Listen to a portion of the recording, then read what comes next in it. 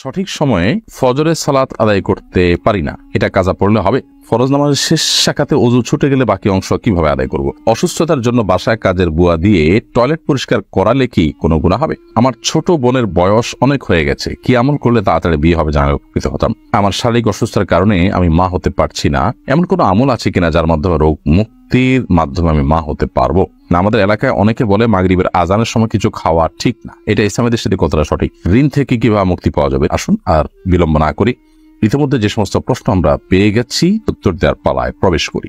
আসমা সাহা আপনি লিখেছেন, অসুস্থতার জন্য বাসায় কাজের বুয়া দিয়ে টয়লেট পরিষ্কার করালে কি কোনো গুনাহ হবে? কোনো অসুবিধা নেই। আপনার অসুস্থতার কারণে হোক অথবা অন্য কোনো কারণে হোক, আপনার টয়লেট অন্য কাউকে দিয়ে পরিষ্কার করলে আপনার কোনো গুনাহ হবে বা আপনার ইবাদত বন্দেগীর কোনো অসুবিধা হবে বা আপনার বান্দার হক নষ্ট হবে, এরকম না। তাকে ন্যায্য প্রাপ্য তাকে দিয়ে দিবেন, পাওনা তাকে দিয়ে দিবেন এবং পারিশ্রমিকের বিনিময়ে কাজ করাতে কোনো অসুবিধা নেই। নিজম নিশি আইডি থেকে আপনি লিখেছেন, আমাদের এলাকায় অনেকে বলে মাগরিবের আজানের সময় কিছু খাওয়া ঠিক না, এটা ইসলামের দৃষ্টিতে কতটা সঠিক? মাগরিবের আজানের সময় কোনো কিছু খাওয়া ঠিক না, এরকম কোনো কথা কোরআন হাদিসে কোথাও বলা হয়নি। এটা একেবারেই কুসংস্কারের জন্য বিশ্বাস।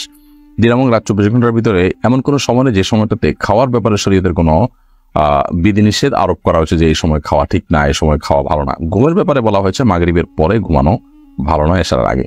নবী সাল্লাল্লাহু আলাইহি ওয়াসাল্লাম এই সময়ের ঘুমটাকে অপছন্দ করতেন।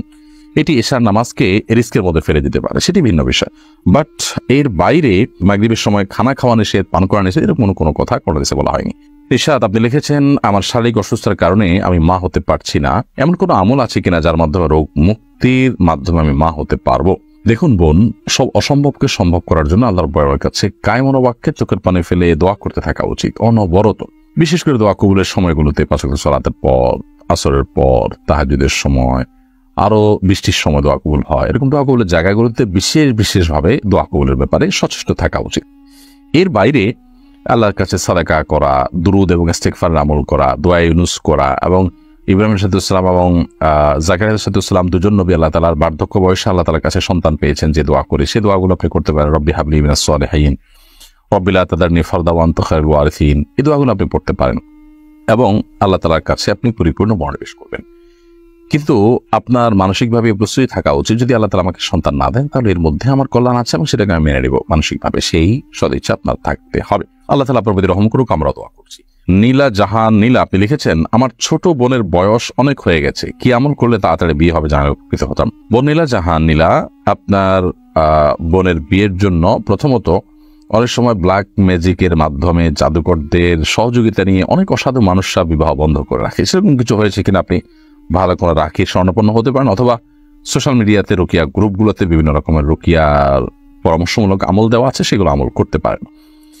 আর যদি সেরকম কিছু মনে না হয় তাহলে সেক্ষেত্রে স্বাভাবিক কারণে হয়ে যেতে পারে। অনেকে একটা নির্দিষ্ট বয়স যখন বিয়ে দেওয়ার জন্য অনেকে আসে প্রস্তাব নিয়ে, তখন এগ্রি করেন না এবং অবহেলা করেন।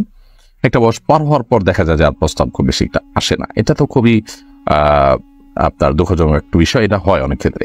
এরকম যদি হয় তাহলে সেক্ষেত্রে যেটি করতে হবে যে আল্লাহ তাআলার উপরে ভরসা করে নিজেদের চেষ্টা চালাতে হবে, চাহিদাগুলোকে কমায় আনতে হবে, যত সম্ভব শুধু ভালো ছেলে পেলেই বিয়ে দেওয়ার মানসিকতা থাকতে হবে এবং দোয়া কবুলের সময়গুলোতে দোয়া করা, যেমন জুমার দিন আসরের পরে, তাহাজ্জুদের সময়গুলোতে বিশেষ করে আল্লাহ তাআলার কাছে দোয়া নিবেদন করতে হবে।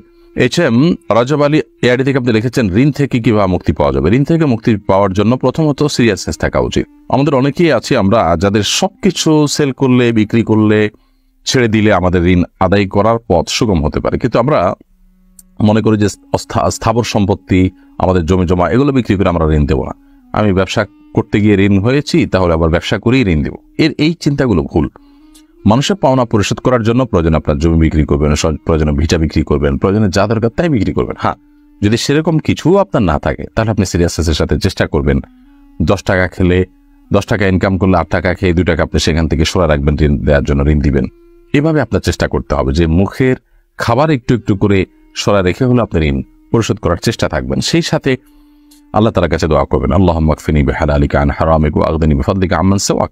আল্লাহ আপনি আমাকে হালাল দিয়ে যথেষ্ট করে দিন এবং হারাম থেকে আপনি আমাকে অমুখাপেক্ষী করে দিন, যে হারামের মুখাপেক্ষী না হতে হয় এবং আপনি ছাড়া কারোর মুখাপেক্ষী যেন আমার হওয়া না লাগে। আল্লাহ, এই দোয়া আল্লাহর কাছে পড়বেন। এছাড়া ঋণ মুক্তির জন্য আরো দীর্ঘ দোয়াও হাদিসে বর্ণিত আছে, সেই দোয়াগুলো আল্লাহ তাআলার কাছে পড়তে পারেন, নিবেদন করতে পারেন। এমডি শফিকুল ইসলাম আপনি লিখেছেন, ফরজ নামাজের শেষ শাখাতে ওযু ছুটে গেলে বাকি অংশ কিভাবে আদায় করব। ফরজ নামাজ যদি শেষ শাখাতে ওযু ছুটে যায়, তো ওযু ছুটে গেলে ওই অবস্থায় আপনি চলে যাবেন ওযু করার জন্য। ওযু করে এরপরে আপনি এসে নামাজের যেটুকু বাকি ছিল সেটুকু আদায় করবেন। হতে পারে শেষ শাখাতের রুকুতে ওযু চলে গেছে, তো এসে রুকু থেকে আবার শুরু করবেন, করে বাকিটুকু শেষ করবেন। যদি আপনি ওযু করে আসার পথে কারোর সাথে কথা না বলেন, অন্য কোনো কাজ না করেন, জাস্ট ওযু করেছেন, করে চলে আসছেন, তাহলে সেক্ষেত্রে আপনি আগের যে সালাত ছিল সেটাকেই কন্টিনিউ করতে পারেন। আর যদি আপনি কথাবার্তা বলে থাকেন, অন্য কাজ করে থাকেন, তাহলে তো আর এটাকে কন্টিনিউ আপনি করতে পারবেন না। আর যদি কথাবার্তা না বলে থাকেন, ওযু করে চলে আসছেন আপনি জাস্ট, তাহলে সেক্ষেত্রে এখন আবার শুরু থেকে আপনার নামাজ পড়তে হবে, ব্যাপারটা কিন্তু সেরকমও নয়। আর শাহী এআইডি থেকে আপনি লিখেছেন, সঠিক সময়ে ফজরের সালাত আদায় করতে পারি না, এটা কাজা পড়লে হবে। ফজরের সালাত আপনি সঠিক সময় আদায় করতে পারেন না, এটা যদি নিয়মিত হয়ে যায় তাহলে সেটা কোনো অবস্থায় গ্রহণযোগ্য নয়। আপনার যদি কোনো জব, কোনো পরিবেশ, কোনো পরিস্থিতির কারণে এরকম হয়, তাহলে সেক্ষেত্রে সেই জব, সেই পরিবেশ, সেই পরিস্থিতি, সেখান থেকে আপনাকে সরে আসতে হবে। আর যদি সেরকম কিছু না হয়, তাহলে সেক্ষেত্রে আপনার যেটা করতে হবে সেটা হলো যে অলসতার কারণে এরকম হলে আপনি অ্যালার্ম দিয়ে শোবেন, যথেষ্ট আগে ঘুমাবেন, এবং যাতে করে আপনার সালাত নষ্ট না হয় তার জন্য প্রয়োজনীয় সব ব্যবস্থা গ্রহণ করবেন।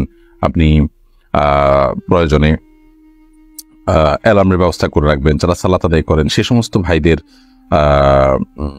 সমস্ত ভাইদেরকে দিয়ে আপনি ফোন করাবেন। এক কথায় সালাত আদায় করতে হবে। অনেক মানুষ এরকম আছেন যে ফজর নামাজ সকাল 7টা বা 8টায় উঠে নিয়মিত তা আদায় করেন। এটা খুবই গর্হিত, খুবই জঘন্য, কোনো অবস্থাতে গ্রহণযোগ্য নয় যে আপনি 7টা-8টা বাজে উঠে ফজর নামাজ পড়বেন বা সূর্য ওঠার পরে সালাত আদায় করবে, এটা গ্রহণযোগ্য নয়। হ্যাঁ, কখনো এরকম কারাবাদরে হয়ে যেতে পারে যে অ্যালার্ম দিয়েছি বা দিতে ভুলে গেছি, কোনো কারণে মিস হয়ে গেছে, তো এরকম হতে পারে, কিন্তু নিয়মিত হওয়া বা প্রায় হওয়া কোনোভাবে গ্রহণযোগ্য নয়।